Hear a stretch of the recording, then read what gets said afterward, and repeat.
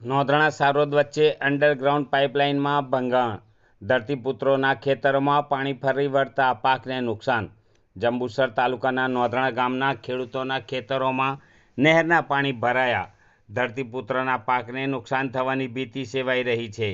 ધરતીપુત્રોએ વળતર માટે માંગ કરી હતી. નોંધણાના રમેશભાઈ વાઘેલાના આક્ષેપ સાથે જણાવ્યું હતું કે તેમને 2-3 ખેતર દાણ ઉપર રાખ્યા છે. અગાઉ વરસાદના કારણે પાકને નુકસાન થયું હતું અને બીજી વખત ખેતરમાં પાણી ઘૂસી ગયા. ધરતીપુત્રોએ નર્મદા કેનાલ કચેરી ખાતે જઈ રજૂઆત કરતા જંબુસર નગરપાલિકા દ્વારા નર્મદા કેનાલમાંથી અંડરગ્રાઉન્ડ પાઇપલાઇન દ્વારા નહેરનું પાણી લઈ ગયા છે.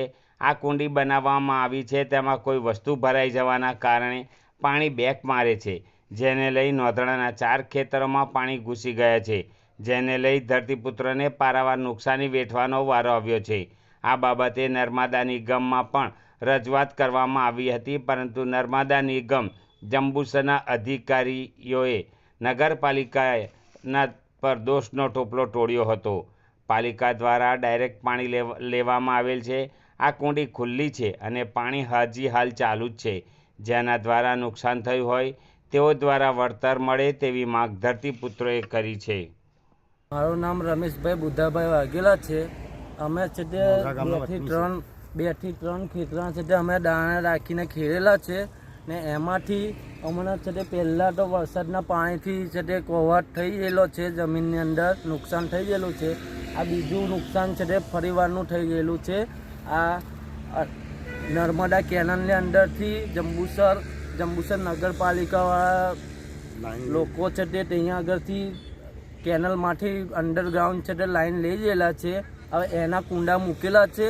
હવે એ કુંડાની અંદર છે તે અંદર કોઈ પણ જાતની વસ્તુ ભરાઈ જાય એના કારણે આ કુંડાઓ છે તે આગળ છે તે બ્લેક મારી ને પાણી નીકળી ને એ ખેતરની અંદર ઘૂસી ગયેલા છે ને અમારા પાકને નુકસાન થયેલી છે. કેટલા ખેતરમાં પાણી ઘૂસ્યું? 4 ખેતરની અંદર ઘૂસેલું છે. હવે એ ખેતરોની અંદર કોઈ પણ જાતનો અમને છે વળતર મળે એવું જ નથી. એમાં છે બધું સાફ જ બોલી જાય એમ છે. આ પાણી નીકળે છે એના માટે તમે કોઈ અધિકારીને રજૂઆત કરેલી છે? અમે છે તે નહેર ખાતાવાળાને છે તે રજૂઆત કરેલી. તે નહેર ખાતાવાળા અમને એવું કીધું કે તમે આ તો જંબુસરવાળા નગરપાલિકાની અંદર લાગે, પણ અમને નગરપાલિકાવાળાનો કોઈ જાતનો અમને એ નહીં. નગરપાલિકા આ પાણીની લાઈન ક્યાંથી લઈ ગઈ છે?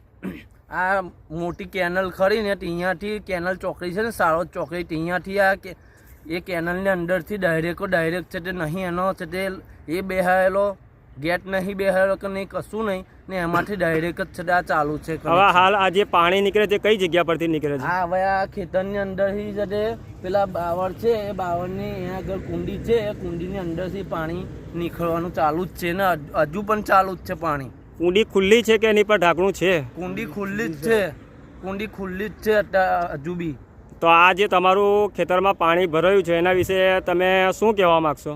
અમારા ખેતરમાં જે પાણી જે નુકસાન થયું છે જેનાથી નુકસાન થયેલું છે એ લોકો છે તે અમને છે તે રજૂઆત કરીને અહીંયા આવે ને કંઈક રજૂઆત કરીને અમને કંઈક નુકસાની કંઈક દે તો અમે છે તે એની આભાર માન્યા છે.